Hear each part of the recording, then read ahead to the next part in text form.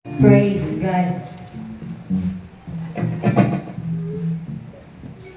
Hallelujah. God is good. And all the time. Good morning, everyone. Palakpakan po natin ang ating Diyos. Alam niyo po mga kapatid, diligid mali sa mind ko ito naman sharing sa morning. So hanggang gabi, nagpapanagilip na ako. Grabe siya. Ang word ni Lord po. Sabi niya dito, di ba? Sa ako ng langit, sabi niya, na naman daw dito sa mundo, kamusta man na niya tirahan, aniya bahay. So which is po, ginatukoy sa Lord, anaton buhay, anaton puso.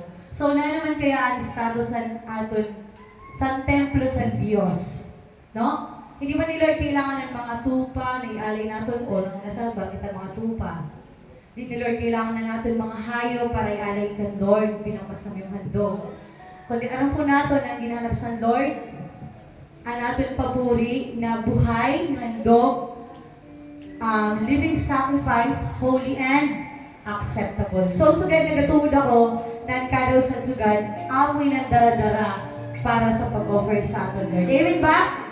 Palapakan natin ang ating Diyos sa buhay. Praise the Lord. Alam niyo po, bago ko na mag-start, in-encourage ko mga mag-join po ako sa Don't Watch. Pinakamaayo na tunan sa natin morning po, ang Don't Watch.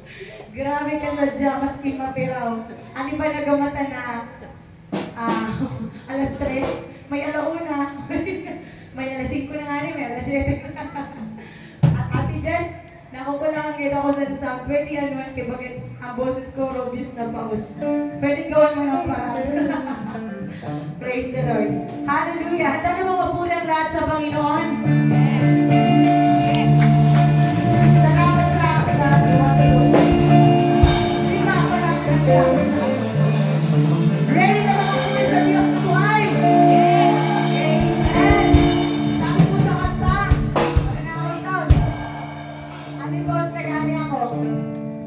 Sabi mo sa kanta, huwag mong ikahiya na purihin, sambahin ang ating Panginoon.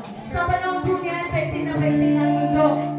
Tapos mapig na pumatapos ang mundo. So ang ginagawa sa Lord, ihatag mo nato ng isan, hinay-hinay. Sabi sa kanta, ibigay na ng todo-todo. Amen? Ano ka ba ng todo-todo?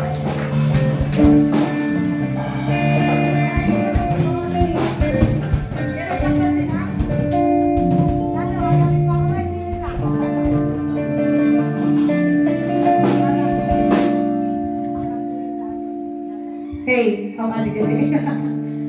Okay. So, sabi din todo-todo ang katayan ay tuloy-inay. Todo-todo ha!